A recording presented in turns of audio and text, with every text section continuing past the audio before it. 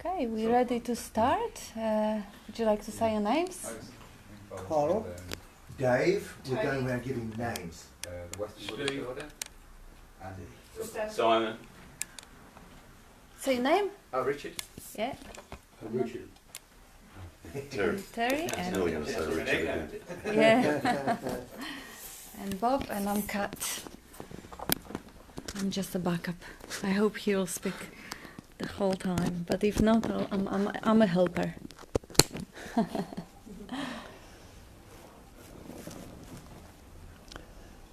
Well, the usual old things. We don't teach you anything here, and we don't tell you anything. All we do is point toward and ask you to look to where we're pointing to see for yourself. Because no matter what you've been told or what you believe, nobody can ever teach you anything, and nobody can ever tell you anything. And it's nothing new we are pointing to. If you look at all the ancient texts and scriptures, they're all based on non-duality, what we call non-duality. Non-duality meaning one without a second, not two. And as I tell you, and the Hebrews tell you, the Lord thy God is one God, there is none other. There's only that.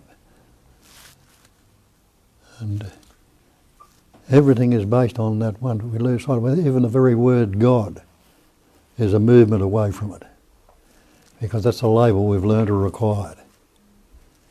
And it tells us that in the Bible. In the beginning was the Word. The Word was with God, and the Word was God. Everything was made by Him, by the Word. Nothing was made without the Word. All things were made by the Word. And so that's all God is a Word. And how many different words have we got for God? Hindus, the Buddhists, the Muslims, the Jews, the Christians. When I was in India, they chant they have there 1,000 names of Vishnu. Vishnu is a God. Which one would be right? And have a look at that. In the beginning was the Word. When did you begin? You'll say, I was born. But can anyone actually remember your birth? You realise when you look at it, you can't remember your birth. You don't remember anything till you're about 2.5 years old, when the capacity of reasoning developed in you. But when you learnt words before that, you had no words. Look at a little baby before that. So you can only go back as far as when you had the words. Because you can't say what you were before the words. How could you?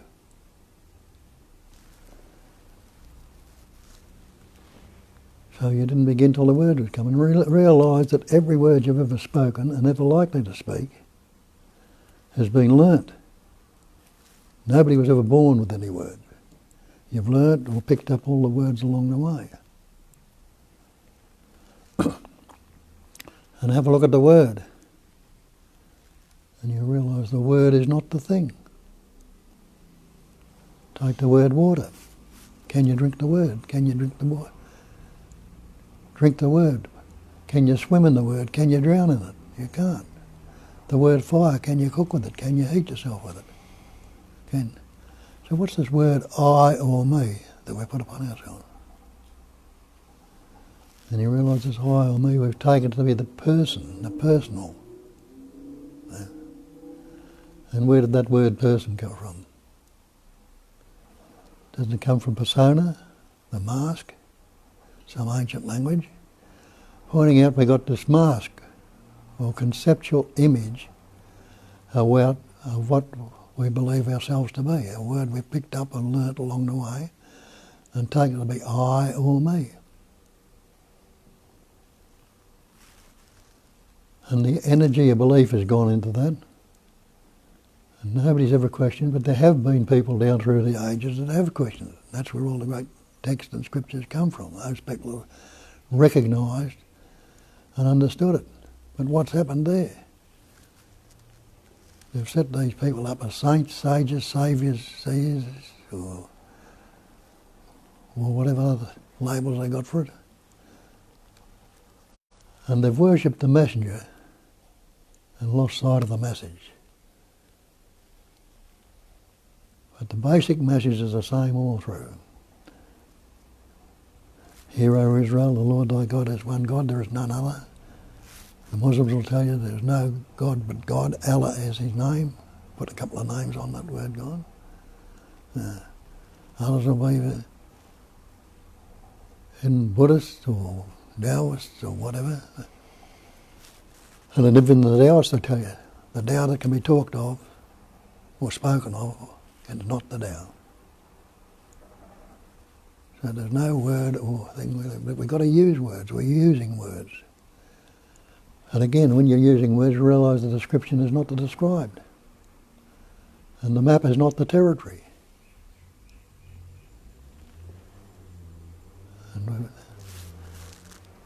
And that's our problem. Are you this body? Are you this mind? Are you this person? Person is a mask. Well, are you the body? And innately you know you're not the body, because don't you say my body, my mind? Don't you say my house, my car, my coat? You know you're not the house, the car or the coat. Maybe you're not the body. And my mind. Are you the mind? Well, show me a thing you call mind. Is there such a thing as mind? We put the label on thought or thinking. And even the thought or thinking is another word or label we put on. And if you were the mind, which particular thought would you be? And we've taken ourselves to be this I thought. We call this I thought me, or mine, or myself. So as soon as you say myself, you've taken away this personal self, this egoic pattern, concept or image you've got.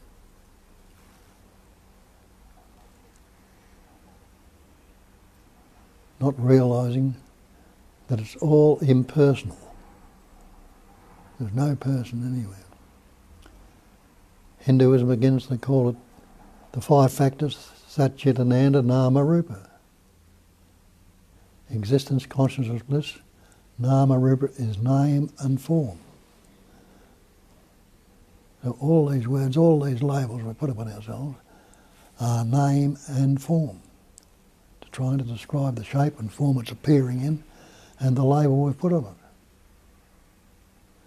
And they tell you in the scriptures that Nama, Rupa, name and form are Maya. They're illusion. They're not real.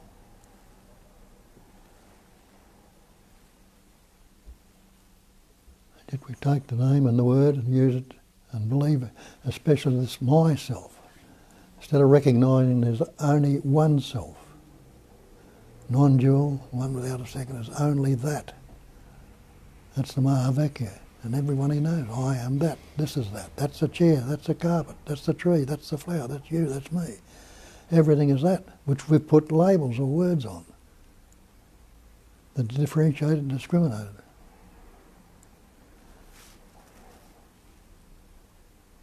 What are you without the word? Do you disappear? Do you fall apart? Ask yourself that and have a look. What's wrong with right now if I don't think about it?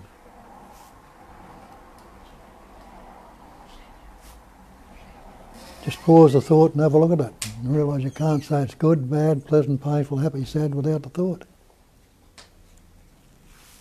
Without the word.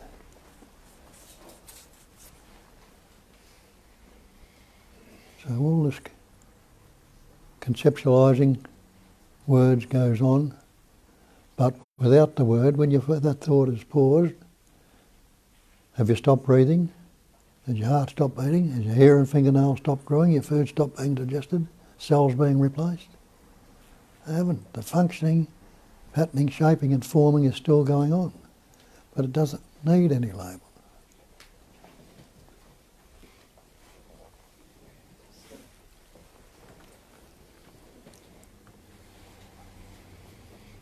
So that's what needs to be recognised. In deep sleep at night, what words are there then?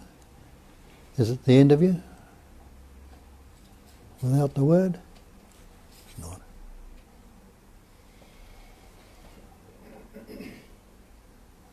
So that's basically what has to happen, a recognition that the word is not the thing. What happens when we do learn these words? As you say, we put that, instead of using just the word plain that, say that is the chair, that is the carpet, that's something else. We put other labels or other words on.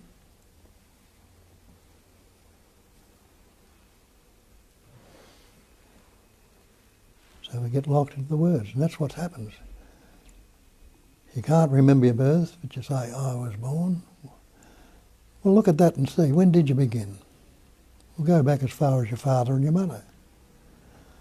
That animated life essence, that pattern, shape and form your father, enabled in that pattern a little microscopic particle called a sperm to form in that pattern. You can't see it with your naked eye.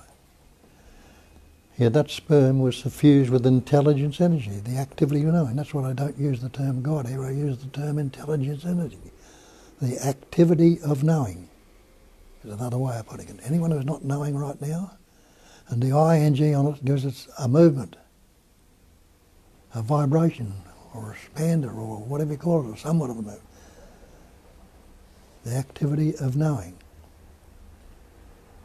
And the basic knowing, put in the word, put a label on it, is I am. But you don't even need that word to know that you are. Go take the same with your mother. You see the father, and have a look at your mother, that life essence in the mother, that animating life essence, intelligence, energy, through the prana, through the air she breathes, and the food she eats, the sustenance essence of the food and the prana, enabled in that pattern. A little microscopic particle called an ovum or an egg to form in that pattern. That egg was suffused with intelligence energy. It knew what to do. It attached itself to the wall of the uterus. And the sperm knew what to do. It swam to the ovum. So again, pointing out it was suffused within the intelligence, it knew what to do. And it knew what to do to penetrate the ovum. And when those two came together, what happened? The intelligence in those two cells and all the chemicals, whatever it is in the body there, the genes, whatever you like to call them, enable a little embryo, a cell double, a little embryo, a little fetus to form. What were you doing about it then if you think you're running the show and you were born and you're living? Did you say I better grow a hair or a fingernail or a heart or a lung or nothing? You didn't. Or a brain? You didn't even have a brain formed then, but the innate intelligence knew what to do. And when you were born, you came out, you don't remember your time in the womb because you didn't have a brain in one part of it. You don't remember the first couple of years you come out, you didn't have any words, though you were functioning quite naturally and everything. And realise that body that you're in this room with now is not the same body you walked into the room with. It's transient. Like all this manifestation is transient, it's constantly changing. There's nothing time-bound about it. When you investigate time and look at time, you'll see there's no such thing as time. Time is just a mental concept. It's a spontaneous functioning. And look at that. When does now begin? You'll say, try and pinpoint it as right now. As soon as you've said that, it's moved on. So you haven't got the same body you walked in this room with. There's thousands of cells dying in it right at this moment. And you certainly know it's not the same body you had last week or last year or 10 years ago, or the same body you had when you were a little child.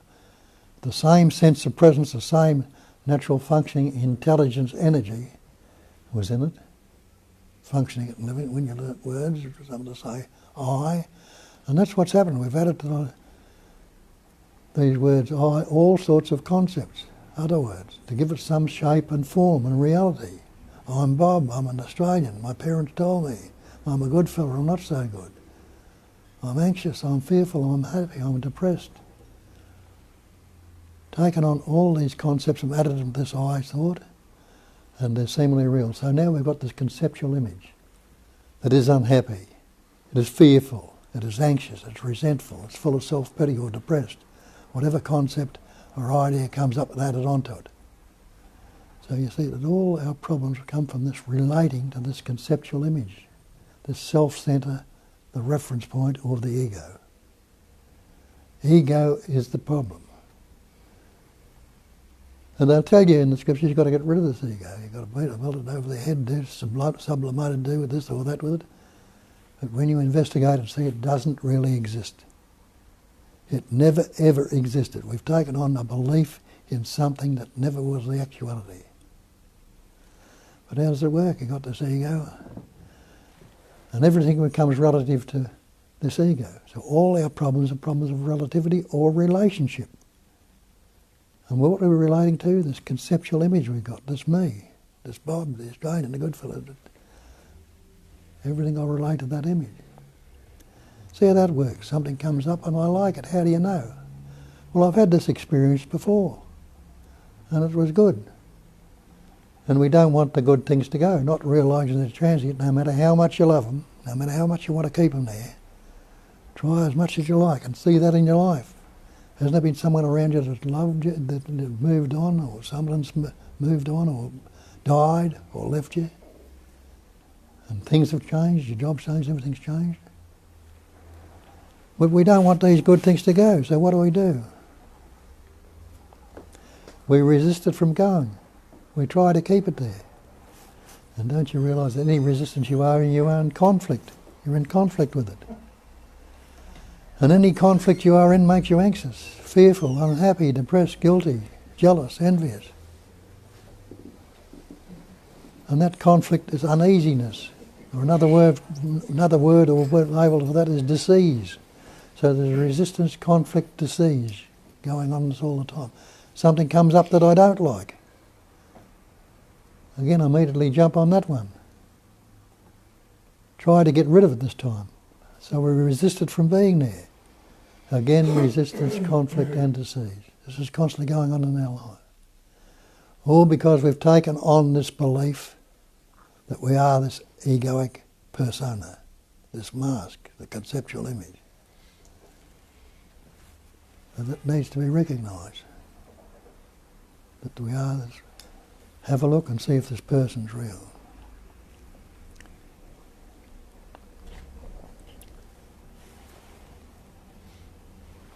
Everything comes up as related to this idea of me or I. All our problems of relationship, duality.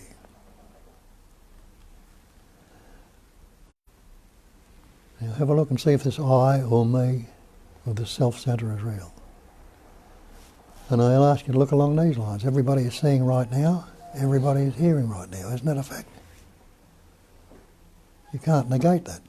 You're seeing and you're hearing, tasting, touching, smelling, the functioning is going on. But ask yourself this, does my eye tell me I see?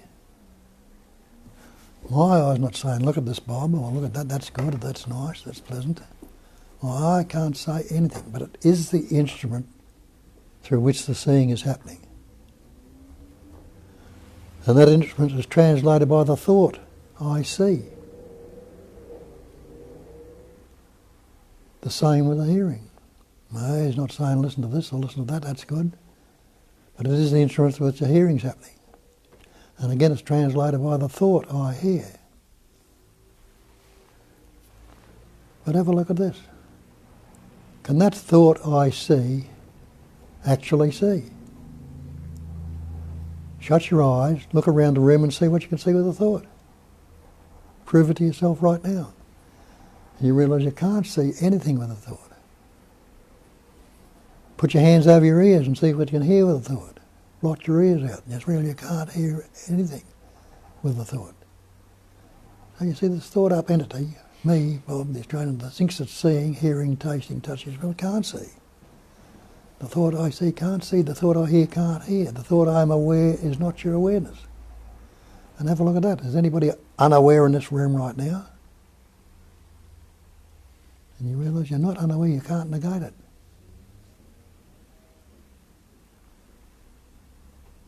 So you can't negate this basic livingness, this essence that you are. And yet we get into all sorts of trouble and problems because we have related the belief. And question that word belief.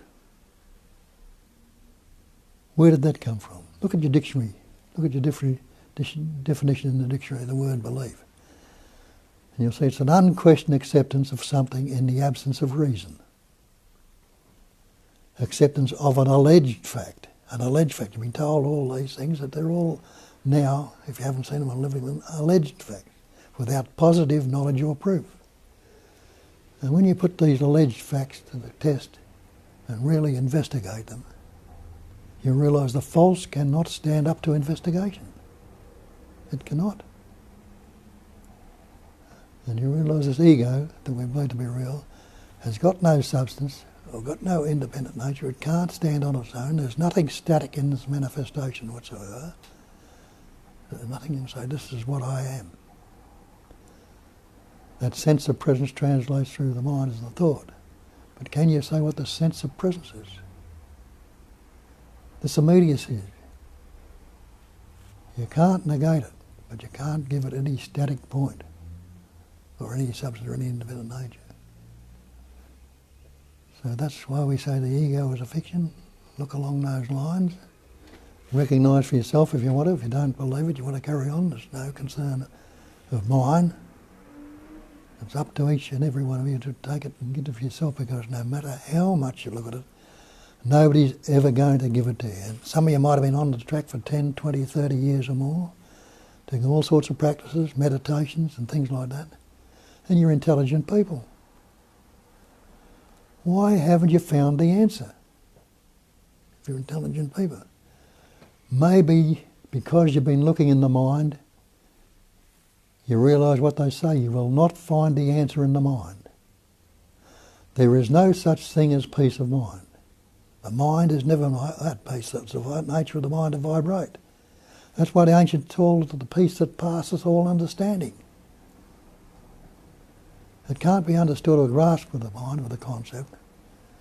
But without that mind, that peace, when there is, the mind is in abeyance or resting, or you're not investigating it, investing in it, you'll realise the basic screen in which all this appears on is the cognising emptiness. The Buddhists call it a cognising emptiness. Space-like awareness, pure awareness. The stillness in which the sound emanates from and disappears back in. The silence and the stillness and the emptiness. That's the basic screen. And that is never contaminated or corrupted by anything that's ever appeared on it. And innately you know that, because I recognise that sense of presence behind it all, where everything's okay. You've had taste of it all through your life. But we continue to try to work it out in the mind. So when you're trying to work it out in the mind, maybe you're right to realise after all this time you haven't found it, maybe I've been looking in the wrong direction. And what direction is there outside of the mind?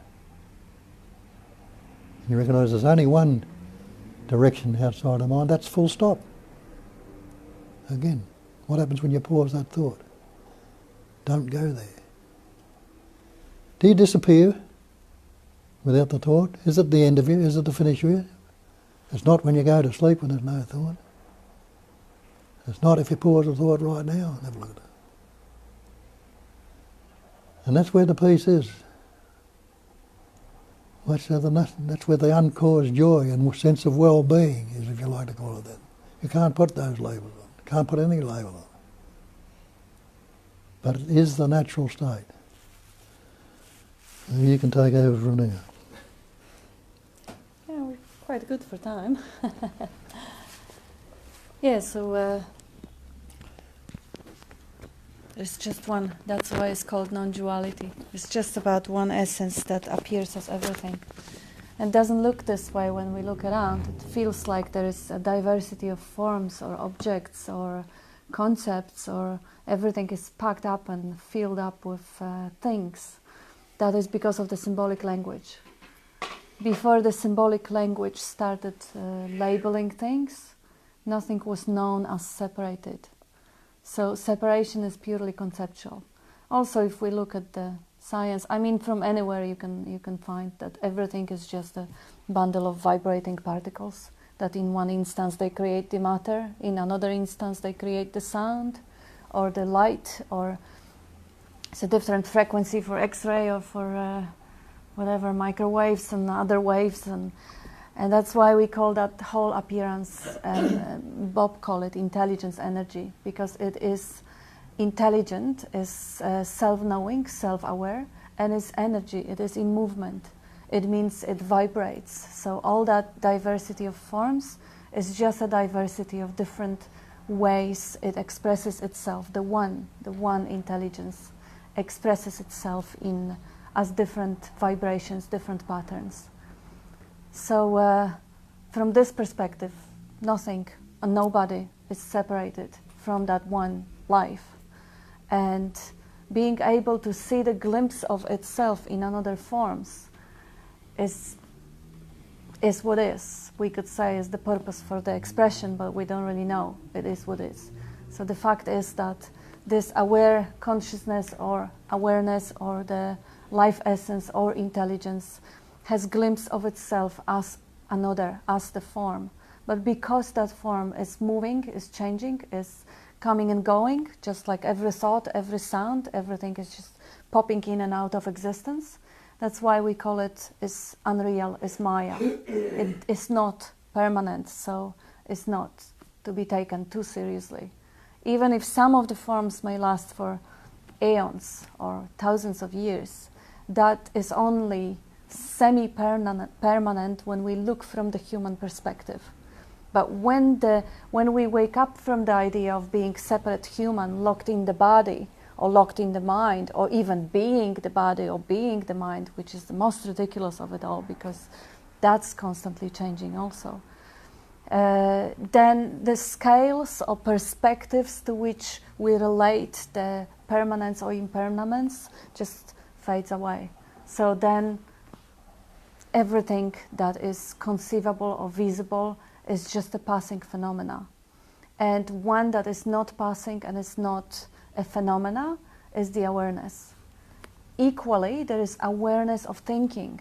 Equally, there is awareness of sounds. There is awareness of sights, awareness of touch, of taste and smell. And that awareness is the very quality of that life essence. So the awareness, everything that can be perceived or conceived is known, is aware, is known. And prior to knowing of the content of the appearance, there is pure knowing of the existence of the awareness. So this is where actually we can step out of the belief systems. Because if we believe in angels, we can see the angels. If we believe in politics, we can get hot over this one. Believe in Santa Claus, believe in flat earth, or believe that rainbow is real or mirage is real. That's the belief. But there is one thing that is not a belief based. That is one thing that is purely experiential, moment to moment, and that's the fact of our own existence. This is not something we were told. This is not a belief that we acquired. This doesn't even require words, because everything that the symbolic language kind of made the words to the thing. I mean, this is the way we actually kind of learn the patterns, and we assert the existence of patterns. Before the water was labeled water, it was just something that comes in and out of the awareness of a baby, and it didn't really have a solidity. The moment it got labeled, it becomes a solid object, and the perception change, not into from unlocatable sort of a existence, into something that comes in and out of the room, or comes in and out of the place where there is a water, because the water is there solid. We don't know that. We don't know if there is a Yara river unless we think about it, or we visualize it or imagine it. The reality is right here, right now, and even that is seeming reality, because this is changing, and again, is the scale of the human perception. But right now, seeing, hearing, tasting, touching, smelling is the immediacy of the way that intelligence or that life shows itself to itself. On top of it, we have another layer, which is imagination and thinking. And that thinking processes reassure the whole solid world out there, outside of this immediacy. But this is to be questioned, because the byproduct of that brilliant, wonderful capacity of thinking and imagining and being creative and memorizing is absolutely miraculous and is fantastic. But the byproduct of that is the relating. And the byproduct of the relating is creating the false self-center. So now, the way I perceive the world, I also label myself as a thing or object or persona, the mask. And as that object somewhere inside there, that everything is translated and related to, I'm less than totality. And as less than totality, I'm inferior. I'm less than I could possibly, that less than experience of pure knowing of existence. So now I'm kind of squashed down into that little bubble of body-mind, and I feel tight, I feel inferior, I feel void. There is some calling from within that this is not it, this is not right, life doesn't, the suffering, immense suffering coming from the identification with the separate self, coming from the idea that life is out there to get me, is dangerous, or I have to deserve or earn respect and love because I am just a tiny element in the whole scheme of things. That's painful, and that's unnecessary, because that's purely conceptual, and that disappears right away when I stop thinking. So how real is that? The moment I stop forming the conceptual image of what I am, there's nothing there. It's just pure seeing, hearing, tasting, touching, smelling, or maybe thinking, imagining, whatever. That's the content of the screen. The moment the image is not being constructed, there is no suffering possible, because there is no relating possible. It doesn't mean the world changes. The cats, they perceive the world without forming conceptual image and relating everything and translating everything. And they still experience pain when I step on their tail, or they're still hungry, or they're still cranky at each other sometimes. So the experiencing that is conditioned to the body, like seeing, hearing, tasting, touching, smelling, if the conceptual image is not translating it and relating to itself, it's just as it is.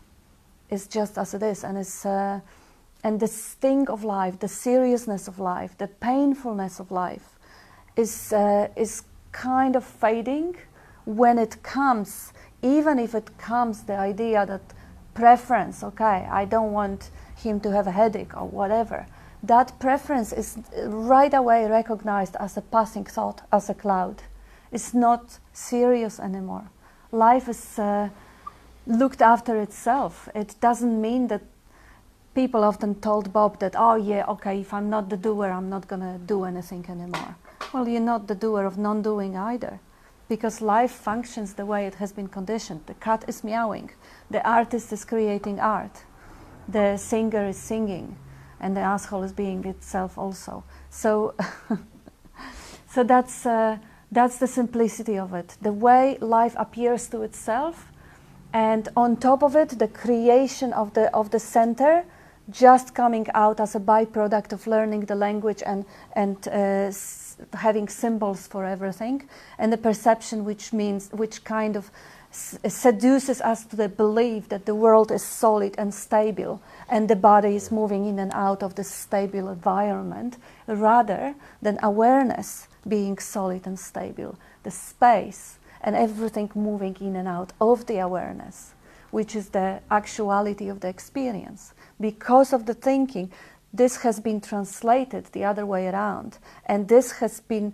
made it possible to actually assure the collective hypnosis which makes the world solid and real, which is quite extraordinary and beautiful dream when we look at it. It's just when it is believed blindly, it can really create a lot of unnecessary suffering. So basically recognizing that there is no sufferer, there is nobody in there sitting inside the body or inside the mind that needs to pull the strings and look after the life or take decisions or make choices. Life does it moment to moment, just as it does with every other creature in the nature, just as it does with volcanoes, storms, and forests and grass and animals and people who woke up. They they still at service, they still know what to do. They completely don't have to take any decision or make any choices, and they totally taken care. When the thought is required of doing something or getting a new supplement for the pains or whatever, it just happens as it always did. So not only I'm not the doer right now, I have never been one, but for many, many years I believe I did. I believe I chose my career. I believe I chose my husband's or anything. But that's just a belief, without thinking about it. That's just flow of life taking us wherever it is taking us. And the best thing to do is just to enjoy the ride without making sense of it or setting up anything or having, I mean, if setting goals or something happens, that part of that river flowing through life. But when the tension and resistance come into it, it can be very, very easily seen through. So that suffering that comes from resisting and wrestling with life or wrestling with God, what some people call, is basically an unnecessary byproduct of conditioning, and it can be easily seen through in a moment, in the moment right now. It doesn't mean that once seen through, every conditioning will vanish overnight. If we practice it for 20, 30, 40, 50 years, it may come up again. But when it is already recognized as a fiction, as a cloud, passing phenomena, self-judgment or self-image or whatever, it can just be seen again and again until it doesn't show up again. So this is it's really too simple to be grasped with the mind, because it is just the way life happens moment to moment without any thinking or making meaning or making sense of it. And the moment mind comes in, it gets convoluted, complicated, translated and related. So just recognizing mind activity as another phenomena. Mind activity is no different than listening, hearing sounds, than seeing sights. Just the same way the sounds appear in the sphere or space of hearing, the same way thoughts appear in the space of thinking. And because they are, the machinery, the biocomputer is so beautiful and so complicated and sophisticated, those thoughts may come with as very, very complex images, very complex philosophies, but they're just passing phenomena, just like the sounds. Recognized this way, they can be enjoyed fully without having that byproduct, which is suffering. So that's really it. I mean, unless you have experiences on yourself with this and you can add something to it, because the beauty of this group is that people can actually share their own insights, and that insights can help and wake up someone else's insights. And also, if you have any questions, you can bring them up and we can look into it. And there's quite a few people in that group who stays in the abiding experience of no self. So it's not just Bob, it's quite a few. So yeah, let's get into it. And I was just thinking today that I'm not the story I have about myself, and I'm not the story anybody else has about me. And before there was a story, I just was. And as Bob so rightly has pointed out for many years, we're conditioned by firstly our family that gives us a label or a name, and then we're conditioned by society in our schools and just by everything around us, because 90% of the world is asleep. And this causes us a lot of conflict, as Kat was saying, you know, and Bob was saying, a lot of conflict and disease within ourselves is created by this so-called separate entity that we think we are and that everybody else thinks we are. And so, you know, we're zipping around the planet, and you know, what it is that eventually we're disillusioned with living in this state of disease and disharmony within ourselves, you know, and so we start to investigate through all different avenues, you know. And this is certainly what happened to me. When I woke this morning, I was thinking of my gratitude to Bob, you know, quite overwhelmingly actually. And I thought, well, I must say something today, because when Bob came across me in 1984, you know, I was struggling. I was really struggling, and I'd started a search, you know, not looking here, but sort of trying to meditate, and I got these techniques of meditation, which was interestingly some techniques which were hearing, tasting, touching, smelling techniques, you know, but the story, the chatter was still going on, appearing on that presence that I know now, or that being that I know that I am. And, you know, in that sitting, I had this profound realisation of my own being. And I thought, well, I just am, you know. But then the chatter comes in, and then all the society that has chatter about you comes in, and then the old habit patterns come up, and you know, and it was around that time that Bob handed me a copy of I Am That, and suggested that perhaps if I read it and then read it again and then read it again, something like what might wash over me. And at that time, you know, there was a few people talking to Bob. I know this is a story, but it's important that I express this. And, you know, and he was a reluctant teacher. He wasn't running around the planet saying, you know, here I am, I know, and you don't. You know, he's always pointed to the fact that the only thing we know for sure is that we are, you know. And so reluctantly, the groups started happening, you know, we'd come along and we'd be trying to grasp it with the mind, and, you know, and of course, even though it was pointed that there's no answers in the mind, there's no you to see anything, there's nothing to do, nowhere to go, no one to get it, we just kept coming, you know, and I just think of the patience and the tolerance and the love that was given to me. Over and over and over and over and over again when I was so hooked into the mind.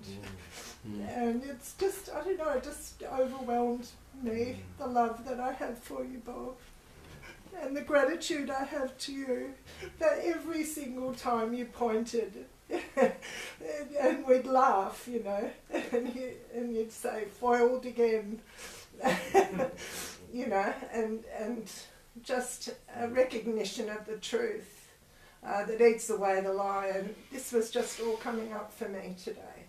So I just thought, I just wanted to say thank you. Thank you, beautiful.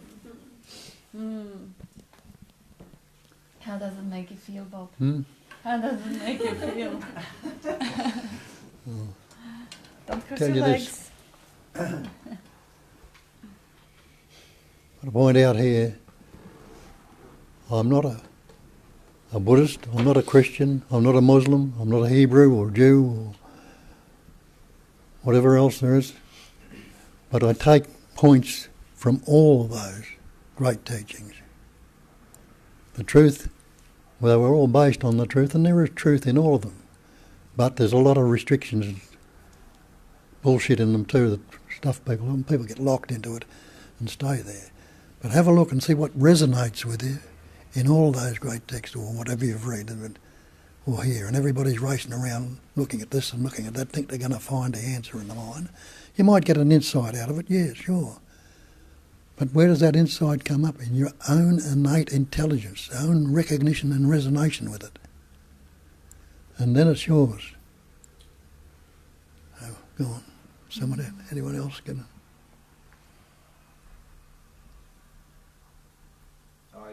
I came this morning with similar, and the way you've articulated it, it's exactly that, you know, and for me,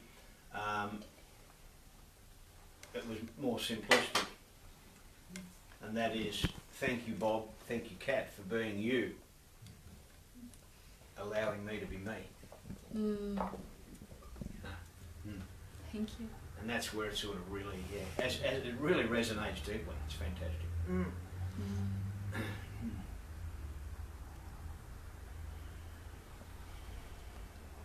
Yeah, thank you. I love that love aspect of this, because it's usually, some people get really cranky about it because they suffer a lot, and when love is being mentioned, they basically just don't make me another promise. I just hate it. I just don't want to, And I get it. It's just really threatening when people listen to the pointing, and they're promised eternal bliss, that they will wake up from the suffering into an amazing love of everything and all the enemies, and put the other cheek so they can smash you, slap you. It is a dream. That's not the case. That's bliss, eternal bliss. If it's not here right now, it means it's a passing phenomena. If it's not experienced right now, it's not worthy of chasing, because it means it will begin in future, and then it means it will end. So really, the promises that enlightenment, great enlightenment or realization is the state of eternal bliss or eternal love, is just another label, is just another language. It is much more simple and much more subtle than any imaginary picture of how it will be in some future. Because if it is not right here, right now, all along, all the time, then it means it's a passing phenomena. It means it's not worthy of chasing. So what is right here, right now? And then Bob often shows that in expression of Satchitananda, the subtle being, knowing and loving to be, this very subtle loving to be. Love to be whatever it is. Like cats, they don't really express it as loving, which is opposite to hating to be. But they don't suicide. None of us is actually rushing to suicide, to pop out of being. Because the being, the very fact of existence, it kind of already has underlying warmth to it. There is warmth to being. Of course, if the attention is locked in a painful story, that warmth of being is completely overlooked, is completely out of sight.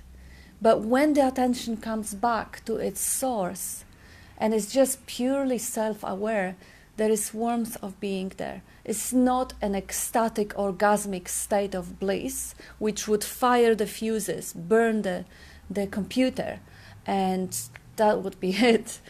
But the subtlety of that sweetness of existence, when it's not obscured by the clouds, even when from perspective of knowing for certain and making it almost like, it is almost as bringing it back to its due position, like giving credit where credit is due.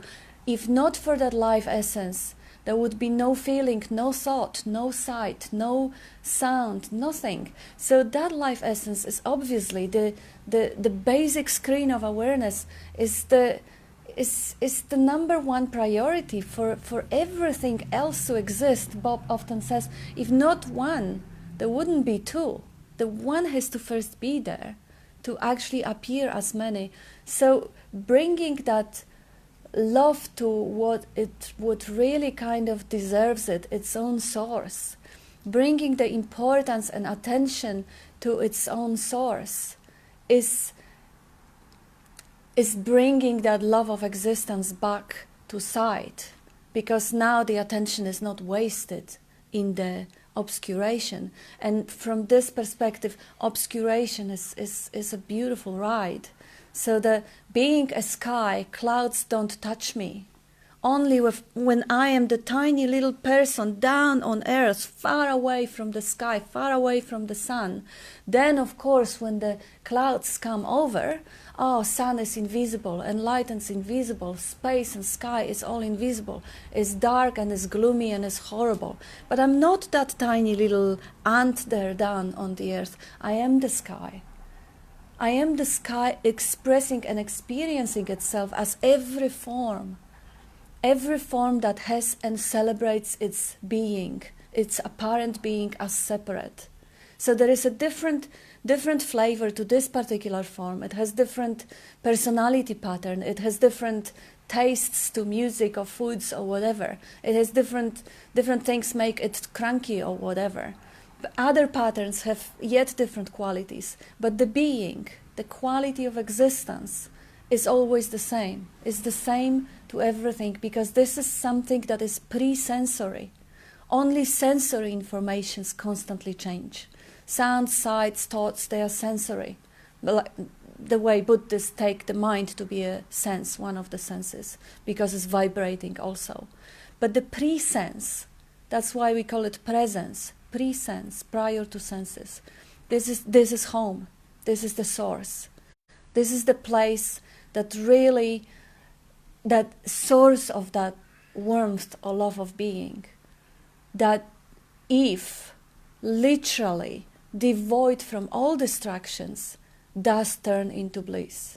But because the appearance is designed the way it is designed, that bliss doesn't last. So it's not worthy of chasing.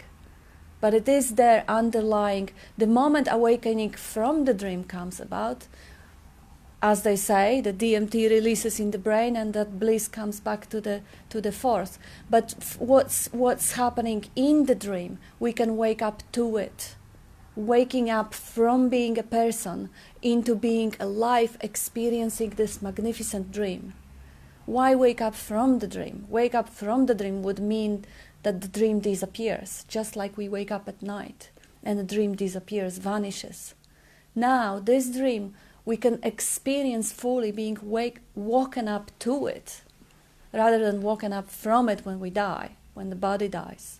So life can have a taste of itself in the dream, knowing it for what it is, knowing the dream to be a dream, knowing the thought to be a thought, knowing self-concept to be just a self-concept, nothing else, nothing serious, nothing real. Then what a ride.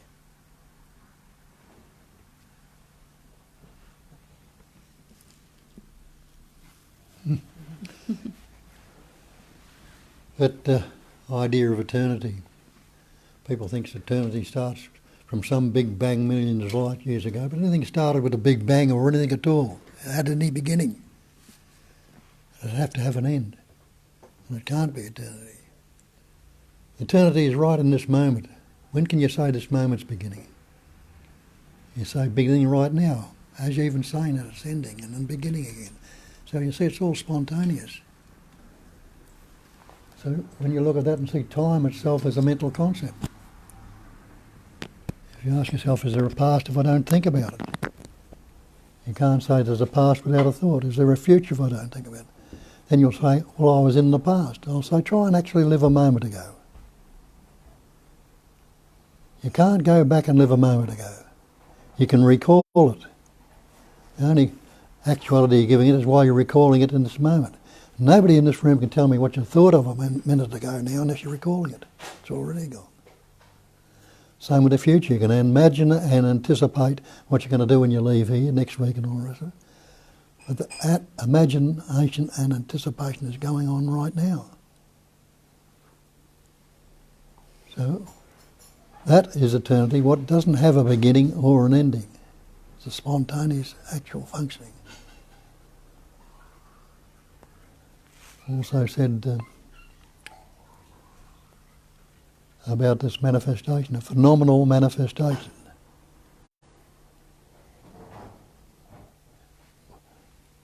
Call it Maya, an illusion. And it's transient. And they say it's a phenomenal manifestation. Look up your dictionary word. What's a phenomena mean? That which appears to be.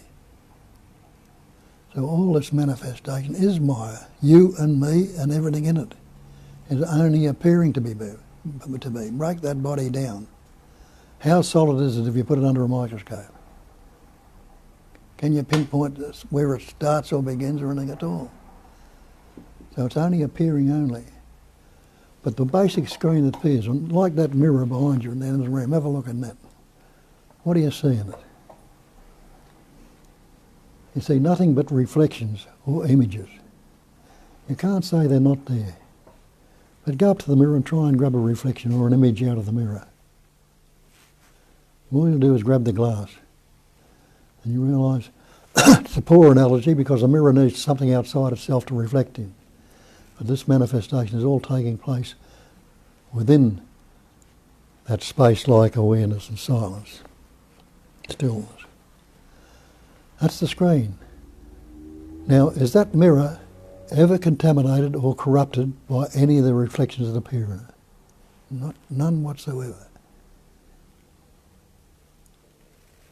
And is that screen that you are, that essence, that life essence that you are, has that ever been corrupted or contaminated by any of the so-called sins you've done or all the bad deeds and things that have happened to you? Has the essence been touched? No, they appear in the patterning, shaping and forming, the Maya, the illusion, the phenomena. So try and divide yourself from it if you can. And you can only come back to the one conclusion, I am already that. There's no coming back to it or going forward. That's the statement in time. But you are. Are. It's part of the verb to be. Is. What is? What is means unaltered, unmodified, uncorrected, just as it is right now. And it'll change of itself. If you think you choose a thought, what's your next thought going to be? Quick, tell me. You realise you can't tell me what your next thought's going to be, but it'll come up. So there's no choice maker. There's no doer. It's all the spontaneous functioning. The life itself is doing everything, and you are that life.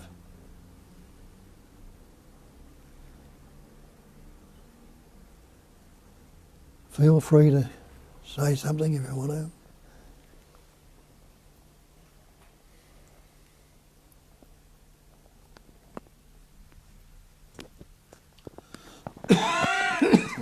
You can also argue with that, call us on the bullshit. We can have a little bit of a heat-up discussion if there is anything that doesn't sit at all or doesn't make sense. Or if there is something that does particularly make sense and strike home, you could just highlight it, bring it up, because it may actually... It happened to me many times on Bob's meetings a few years ago when people who didn't really have recognition or understanding, they grasped one pointer and they changed a couple of words in the pointer. And it suddenly, that couple of words, I heard that Bob saying it 10 times, and then someone changed a couple of words and it struck home. And oh my God, that's just a little insights, because that often happens this way, that there is a process of getting little insights. And when the mind is cleared up from these concepts and it's not that cloudy anymore, that clarity shines through. But the collapse of the habit of recreating the self-center, it doesn't necessarily happen with one quick insight. It may or it may not. So if there is anything that you could contribute, I mean, not just for your own sake, but for the sake of others, and we have people from America and Europe watching also, so they could actually get something of it. Well, please.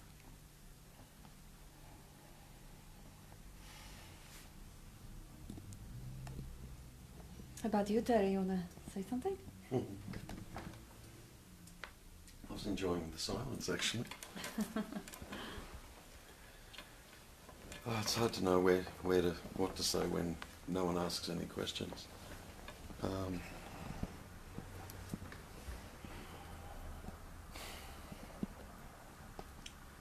The simplicity of this, we miss it because it's so simple. And we try and grasp it with thought, we try and grasp it with the mind.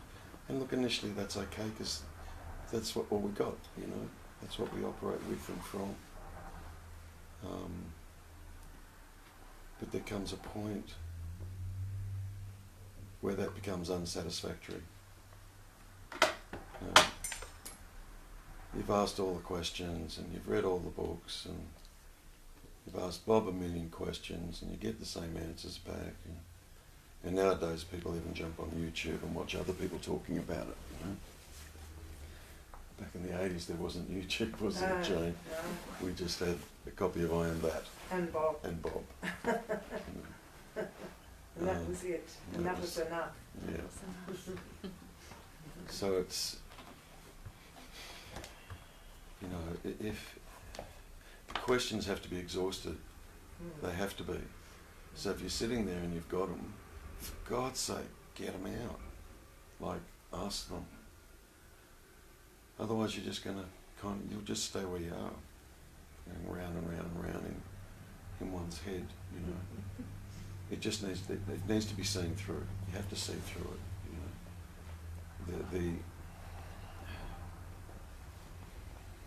know. Kat talked about it, Bob's talked about it. It's the immediacy of now. It is right here, right now.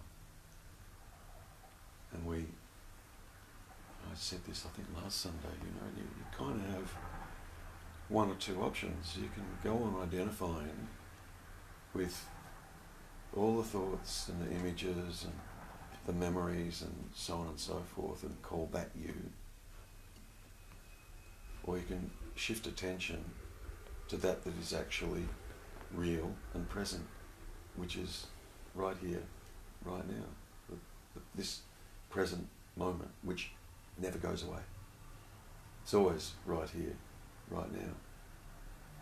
And right here, right now, everything's great. There's nothing wrong with right here, right now. It only becomes a problem if we dive into our thoughts, memory, it's always memory, dive into our thoughts and start taking all that stuff, whatever the dialogue is, to be real, that then we seemingly have a problem. Seemingly have a problem. And that's the dream that's been touched on. It's just a dream. And the irony of it is, you know, we're not even in control of it, just like we're not in control of the dream that we have when we lay down on the bed at night and go to sleep and dream. Not in control of it. You know, there's this illusion, until that's seen through, but there's this illusion that I'm in control of my thinking, I'm creating it all, I'm doing it all, I'm having this experience, and, you know, I don't know, you know, I don't know about you guys, but if I had any control over that, I'd be changing what goes on between my ears. Real quick. Really quick. I'd have nothing but blissful thoughts, if I could. Nothing but that. I would never have another negative thought about myself or others or the world or anything ever again, if I had any control over it. Don't. It just comes through. And the problem is we identify with it. That is me, whatever it is that's floating through. This is me, it's all about me. And it just happens, you know, we're pointed in that direction when, you know, people first sit down and get into meditation, you know. Not that I'm big on meditation, however, people first sit down and do meditation, one of the first things they're told is just sit there and watch the thoughts come and go. Just watch them come and go. And then you get dragged off into all sorts of different other directions with that. But at the end, the beginning point and the end point of meditation should be the same thing. Realizing that thoughts just come and go. You know, at the beginning, there's the realization of the content of thoughts that come and go. Hopefully at the end, there's the realization that there's something that is aware of the thoughts coming and going that we don't usually pick up at the beginning because we're so involved in the content. Even though we're told just watch them come and go, it's really hard to do. We get involved in them. You know. So that, you know, that two-choice thing, you know, one's real and one's not. The presence, that I amness, that, you know, that beingness that we all experience, we can't deny that. Can't deny it. You know, even to deny it, you'd have to be here to deny it. You know, can't deny that. But in relation to that we keep identifying with, everything that floats through our head, which particular thought am I? At what particular point in time? One day I feel all right about myself, the next day I don't. Which one's real? Which thought's real? It's crazy. And I'm not even, even the thought that runs through my head, I don't feel very good about myself today. And then the next day the thought that runs through my head, I feel really good about myself today. I'm not choosing any of that. They'll just float through. If I believe them, I'll become them. I don't think I'm having a good day. Boy, am I not going to have a good day. If I think I'm having a good day, I'll probably have a pretty bloody good day. I used to love what Bob used to say, meditate on the meditator. And then you realise there is no meditator. And so it's a momentary meditation, meditate on the meditator. And where is that meditator? And it's apparent that it doesn't exist.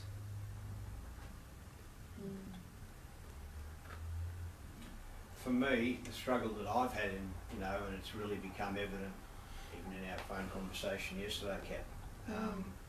Thank you for letting me have that. Oh, pleasure, honour. Is the attachment to my past life. Because it's a past life that's cyclical in this sense. Whack the dog, call the dog. Pat the dog, whack the dog. In other words, the dog comes, whack it, goes away, call it again, comes, nice, whack it, goes away. That's my childhood. Yeah. And so I have this cyclical, no matter what I do, there's a whack. There has to be a whack in it. And so that leads to the mind being well and truly some good groundwork to use, you see, because it is always wishing to solve. But at 63, I've come to realise there's nothing to solve in that system because it is a cyclical system. It can't. Bob's words, you cannot get out of it through your mind. I mean that is what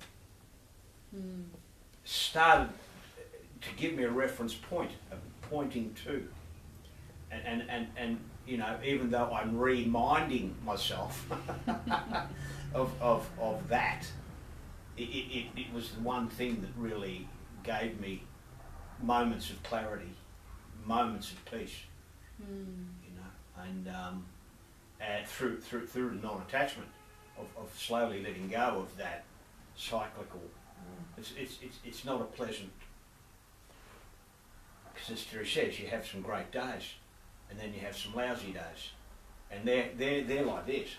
There's a huge gap between the two, and I've noticed that certainly I've closed the gap, but nonetheless it's still almost it's almost like you try to hold on to the good, and that's the whole thing in the system. So there's so many traps in it. There's so many hooks. Desiring for your pleasure and pain. Wanting, needing, and what I've garnered out of it is my childhood is forever wanting, needing, and that's the setup, and the parents forever correcting and forever whacking, in my case. My brothers and I have sat down and shared together our past lives of the parenting, and it's a classic case, and my sister as well. And the classic case is if we happen to get into trouble outside, I got punched up or something like that, and I come home complaining about that, I'd get punched up at home, in a verbal sense, in a verbal sense, not taken to, but I would be made wrong. Okay, so you get punched up, you get whacked, and so it leads to a very confusing existence. And of course I've internalised that. That has been my life, and the rest of it is trying not to be any of that. that's the dance I've discovered.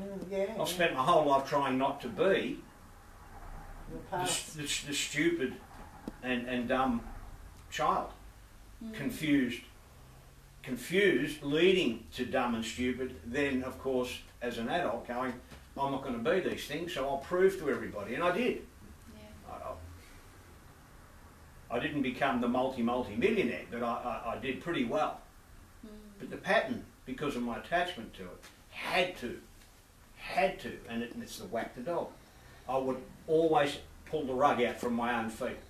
So no matter where I got to on the rung of the ladder, or the height of the ladder, I would pull it. I would start getting an axe to the rungs, you know, and chop them out from underneath me. It was unbelievable, you know, and that again is a leading, you know. And then you look. So there's nothing pleasant. There's nothing pleasant, and that's where Bob's words. You know, I've spent 30 years. You can relate to this. I've spent, probably everybody in the room can, you know, relating to get me out of here. Get me out of here. You know, and thank God for Bob. There's nowhere to run to. There's no one to fight, and there's, you know. But out my experiences, I've made, you know, I keep making them real, and that's the. And the story's issue. never the real. Yeah. Never ever. You know, I used to get quite angry, as you say. People get angry. Yes. I used to get quite angry when someone said to me, "None of it's real, Steve." Oh. I said, "Hold on, hold on." Feels real. Yeah, you know, I was thrown into walls. I was smashed in the head. You know. Yeah. And so I've become quite pretentious about that, quite protective about that. So there's another trap. Absolutely. You know, so it's just everywhere, isn't it? Like it's the hooks are. The hooks. And it's like I'm in the octagon, fighting, you know, fighting with all these, you know, this cage fighting, you know, and you can see where that actually now comes from, because with the victim hero, you know, that we're always trying to be a winner. The whole setup is that. Yeah, the me. So Yeah, beautifully said. Yeah. thank you. We've had a very, very similar, extraordinarily similar upbringing. Extraordinarily similar. And I went through, and I'm sure you have too, through my whole life trying to fix myself. My whole life. Just got in that self-help groove, if you like, of trying to fix myself, you know. And I too kind of did what you did, which was, I'm never going to be like that. And I wasn't like that. I never treated others like I was treated. I had a son. Niceness. Never treated my son like I was treated. Just never did that. But you know what I kept doing? Kept treating myself that way. Yes. Well, that's what's happening. Yeah. So there was an inner dialogue that kept going, you know. And I used to think it was me. I used to think that, Jesus, I give myself a hard time, you know. I'm so bloody self-critical, you know, like, you know, and the way the inner dialogue would go off in me, I would never in a million years speak to another person like that. Would never. Not in a million. It would be just so wrong, you know, to do that. Yet there's this inner stuff that would go on. Well, so life-threatening. Really. But We don't want to upset anybody. But the freedom from that was the discovery, the absolute discovery, that was just a cycle of pattern of thoughts And feelings and whatever. Yeah. and had nothing to do with me. Wasn't me, wasn't my voice, wasn't me talking. I mean, how can me talk to me? For a start. Yeah? Me's talking to me? What the fuck? Oops. I'm getting better. What the hell? Yeah, you I love are. it. You No, are. I'm getting better. Yeah. I'll do the beat for you. You know, so, and that was all because of what I learned from Bob. Like the realizations that I had was from what I learned from Bob, you know. And then the fixing stuff stopped, just completely stopped. completely stopped. And then I just started to become the observer of it all. The observing. Just that. Just observing of it. Like I said before, sit in meditation, watch the thoughts come and go. That's a tip. That's a really big tip, you know. Just watching it come, and I just started to become the observer of it rather than the victim of it. And I was a victim. I had such victim mentality. Sure. My whole life. Adult life, victim mentality. Like you know, Bob initially say to me, none of it's true to you. And I'd feel the hair standing up on the back of my neck, and I'd be saying, yeah, but it is true. This happened, this happened, this happened, this happened, and this happened. But the great realisation was that none of that is happening now. None of it. All I've got is a memory of something that happened, and I'm taking that description to be the described. The description is not the described, that's the realisation. So I was taking all those thoughts, all that memory, I would bring all that into the present and call that me. What was I bringing into the present? What was I actually bringing into the present and calling me, other than just a memory? Just thoughts. So me was based on thoughts and a memory. That's right. But I can be and exist and experience presence, presenceness, love that, here-ness, nowness, without any of that, any of it. And just be. Yeah, there was a big light bulb went on when I realised there was no one here to have had conditioning. Yeah. You know, Yeah. there was no one here to have conditioning, because I used to use that when I was running around in this self-centre. You know, this thinking I was this separate me. I used to use the poor little Jane story. Yeah, yeah. Um, You don't know any you know, different. and so it's just my conditioning. Yeah. You know, and then I realised my conditioning. I went, oh, hang on, there is no me. Oh, hang on, I'm not that. So you can't find, actually, if you look for yourself, you can't find a personal me without thoughts. Yeah. It's not there. It's actually not there when you go looking. And what's wrong with right now unless I think about it? And that's what this, can I call it teaching? Anyway, that's what this is about. Pointing. It's just pointing for one to look for themselves. You have to look for yourself. Yeah. You have to look for yourself. That's why the term pointing gets used all the time. Don't take the words to be the actual. Don't take the description to be the actual. Whatever's coming out of my mouth or anyone else's, don't take the description to be the actual, because otherwise you'll just be doing what you've always done. You know, which is what creates the meaning, which creates the problems, and so on. You actually need to look for yourself. And a really good starting place is, am I responsible for all the stuff that goes on in my head? Am I doing it? Am I doing it?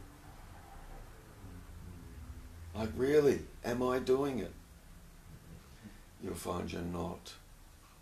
And right there is an amazing realisation in and of itself. An amazing realisation in and of itself. I think you used to say years ago, Terry, do you choose to think a thought, or does the thought appear upon you? Yeah, And that was a really good pointer. yeah. Gee, I forgot about that. Yeah, Bob is Yeah. saying it all the time. yeah. And it just needs to be seen. Just need to see that. And in the seeing of that, you'll start to see that your whole identity, your whole me-ness is nothing but that floats through your head. Because without any of that floats through your head, when it stops, like Bob says pause a thought. I mean, good luck with trying to pause a thought, by the way. But it's just a pointer. Yeah. When all that stops, is there a me? There was no thought. No thought whatsoever. Could there be a me? I've got something churning inside me at the moment, and that is to bring up a full picture of my childhood. It wasn't always that dramatic. And that's the dance, that's whack being nice, whack the dog. So I want to bring up that, you know, Of course. Yeah. at one time I've just had a memory of being punched up, come home with a black eye, and Mum put a snake over my eye, the old... Oh no, actually she put a cold knife. That was interesting. A cold knife? Yeah, Wow. like a big, yeah, and Wow. yeah, so, you know, sort of The keeping it... steel. Yeah, yeah, exactly, like an ice, you know, the thinking of the ice Yeah, on. yeah. And so, you know, that memory just came to me. So, you know, clearly, Yeah, it's absolutely. there's the nice I want to, you know, And that's so articulate that the interesting nice you occurred say as that. well. That's so interesting you say that, because when the wreckage of the me is sort of dissipated, if you like, or gone, it's amazing what comes back about your childhood that was actually good. Yeah. And it's a realization that actually there was such a pattern of attachment, like you said before, to the negative story, that there was no room for the reality. And you know, and it's interesting once that me, full of reality. yeah, once that me drops away, you can start to look back without a that story. without a negative me story, yeah. that has a whole alleged conditioned story, and you can actually see some good stuff. Well, it allows it in. I think It allows it in. Yeah, yeah, that's right. That's right. Also, when you actually look at the whole appearance, it's not that something can be only good or only bad, because if it was, within that good and bad, you would have shades and hues, you know? It's like you have a classroom full of students and you take away the 5, the worst one, there'll still be one who is the best and one the worst. Then take another 5, it's impossible. The whole thing, the bank of memory, if you had idyllic childhood, that nobody has ever hit you, nobody has ever abused you, or you had every wish granted, you would have your definition of good or bad within that frames. And you may have suicided when the first time the mosquito bites you at the age of 15. Because the sense of good and bad is so relative in a way. Like you see the nature, it doesn't have any other way to express or appear. You have day and night. If there was no night, there would be no day. There would be nothing. If there was no storm, there would be no calm seas. If there was no good, there wouldn't be bad. And then there are people who endure, you know, if you take off the label, the emotional label of good and bad, it's not an easy thing to do. It's not something like you flip the coin and you say, see, but the way, you know, I relate to my childhood as absolutely traumatic and fearful, even though nobody has ever raped me or anything like that. But it was a nightmare from the worst nightmares. But this is what I used to carry on throughout my whole life. Right now, I don't really see it the same way, because the emotional charge in that is completely gone with the recognition that this is a past, is the story in the head, and I don't really need to recreate it again, because it's not what is happening right here, right now. And the beauty of even recognizing this emotional component, you know, whatever was happening, good or bad, when you take the labels off, was just the happening. And of course, when you look at the world of animals, you can obviously see highly traumatized dog and very well treated dog. They will be having different conditioning. The traumatized dog will bite you, or will take him lots of time to actually get stable again and have reasonably smooth sailing, or it will maybe never do that. So yes, there are differences in the conditioning, the relative feeling of good and bad. And yes, believe me, one of my good friends had a son, 11-year-old, whose life was idyllic. And he took a gun, because it was in America, from his father's safe, because the girl he was fancying, 12-year-old girl, told him that she doesn't like him. And he shot himself, he killed himself. And now, whose suffering was worse? Someone who was repeatedly maltreated or tortured, or this little boy who had a really good life, and that one heartache completely brought him to the point when the love of being was all gone and he just wanted to die because he couldn't stand the pain. So this is how relative the suffering is. But yet it has to go in the duality: suffering, joy, sadness, pain, pleasure. Otherwise the opposite wouldn't be known. Everything is only known. That's why the appearance is known, because there is an opposite, the screen, the awareness. If not for that awareness, for that sense of being, nothing would be known, nothing would be expressing, even though it's one in two forms, because it seems like there is, it's two, the duality everywhere, even the screen and the content. No, as we said on the beginning, this is just a vibration. The static aspect is stillness, silence, space. The dynamic aspect is vibrating into forms, the emptiness turning into forms. So it is still one.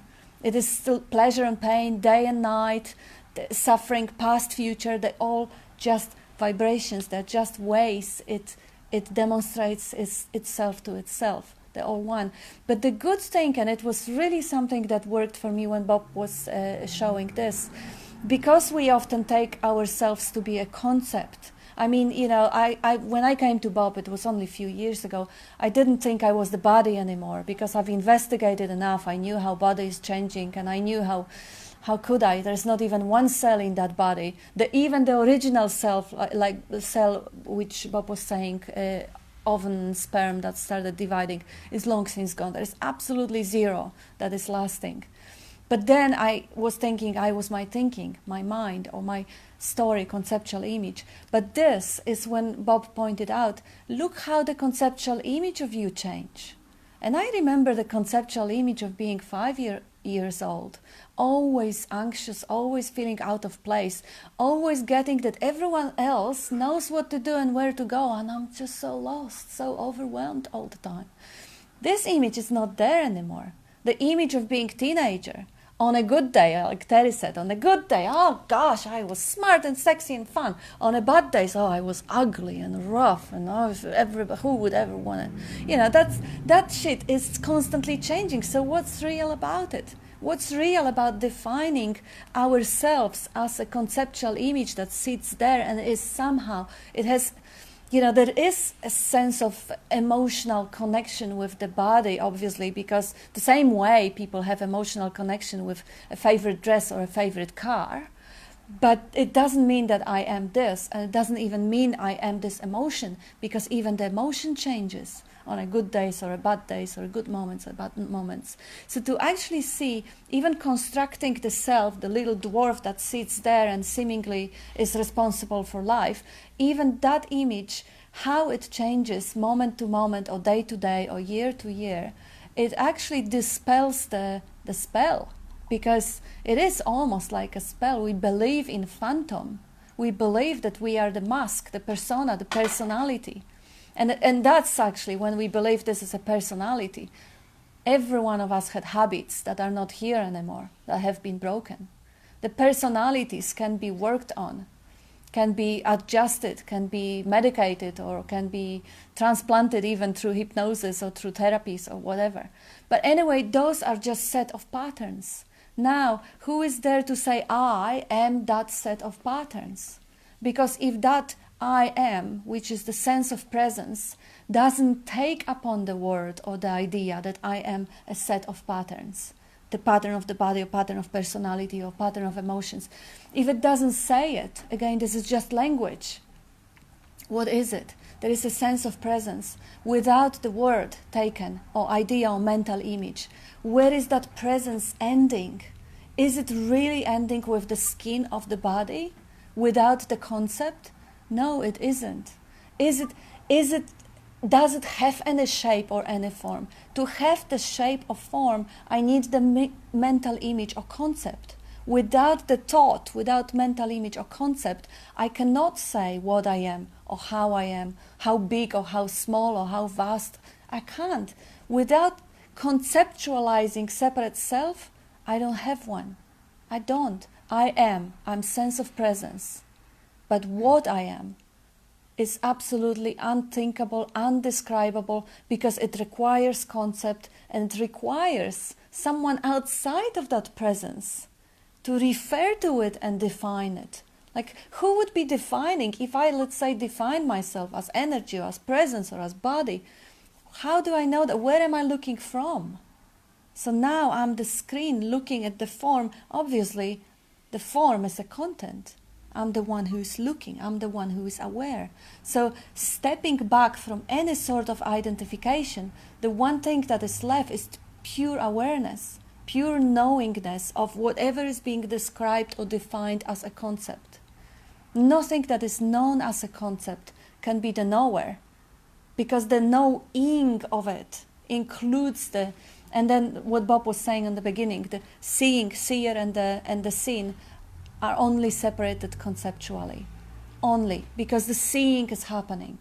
But who is seeing? Is it me seeing you? How about if the seeing is unavailable? Is it their enemy or you? If there is no seeing, there's nothing here in the appearance. Oh, what if there is no me? Is there seeing you then? Nope. What if there is no you? Am I seeing you? No. So actually that whole process of seeing divided into three different things. The process, the one who is experiencing it, and that object that is experienced are inseparable. Because if one element is gone, the whole thing is gone. So obviously there is just languaging one simple process. And in the same way the whole life functions. The life is living itself, is digesting food, is growing hair, is speaking, is seeing, hearing, tasting, touching, smelling. It is just pure functioning. So it doesn't need the division that there is some object in here or subject in here and object out there. It's just happening, the being, happening, seeing. And even if I want to try to see who is seeing, what is it behind the eyes? What is it behind the face? I can't see itself, the eye can't turn and see itself, but can it be sensed anyhow? What's there that is looking out? What is there what is the face really? What is there? Is it anything else than just pure knowing? Anything else that could be sensed or acknowledged as than pure existence, knowing of existence? Now we are kind of creating mental image that there is someone there, or there is something, because for me the experience is just that window of looking. I can't see my face. I can't see it. Even if I touch it, there is an experience of touching right now. It's just experience of whatever, coolness. But there is no one who is experiencing anything. It's just the knowing of content. So this one is it time? Because you're looking, okay. Yeah, so it's just about stopping to believe anyone. Don't believe Bob, don't believe me, don't believe anyone. Just go for the experience. Just see what's true for yourself without thinking, because thinking is so tricky. It translates everything and it makes experience profound. Yes, I am moving in and out of space. It's not that the space. That's not true. That's languaging. So really it's just about simple being moment to moment and questioning whatever we were taught throughout life, and not replacing bad beliefs by the better ones. It's not about, okay, yeah, I believe now there is no me and I'll be living like this. No, it's not about creating another set of beliefs to replace the one that creates suffering. It's really about figuring it out and experiencing moment to moment, not once and for good, just now, just this moment, because there is no other moment. Any, okay. Shut up. Thank you. Thank you. Take care.